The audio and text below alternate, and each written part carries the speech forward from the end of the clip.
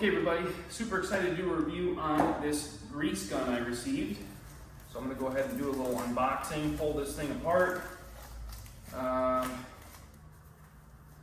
then we are going to go ahead and service a enclosed trailer that I purchased.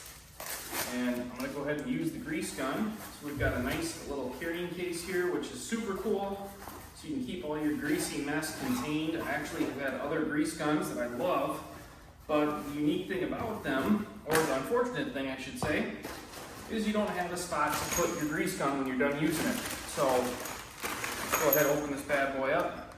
You do have an adapter here. This is kind of like a quick connect. So this is a coupler that will hold onto your greaser.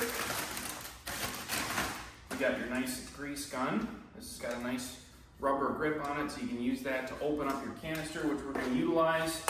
You got some gloves and a microfiber, just one really nice microfiber towel, which is a sad thing to get all greasy, but nice to wipe off grease zerks before you're pushing fresh grease in. That way you don't have to worry about pushing grit, sand, and debris into your nice bearing components. Okay, as I was putting this together, I just wanted to do a couple of voiceovers. They do give you this really cool little needle attachment with the grease zerk on it.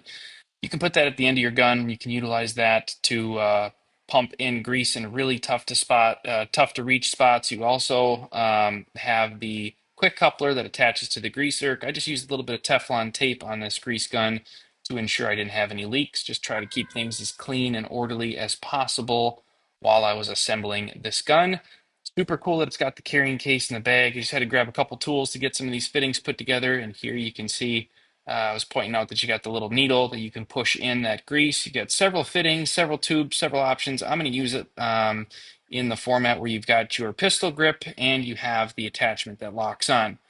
You pull out the plunger, you can remove it. I'm just using a standard grease tube, so slide that in and then you are able to assemble it. It just took a little bit of pressure on the top of the grease gun, and then I was able to get it to thread together. You can push that plunger back in, and then I bled the grease gun, and it was very simple and easy to use. Pretty surprised by the amount of grease that comes out. It worked out very well, so that's something I know I'm able to put high quality grease in. Now here I'm actually servicing the trailer.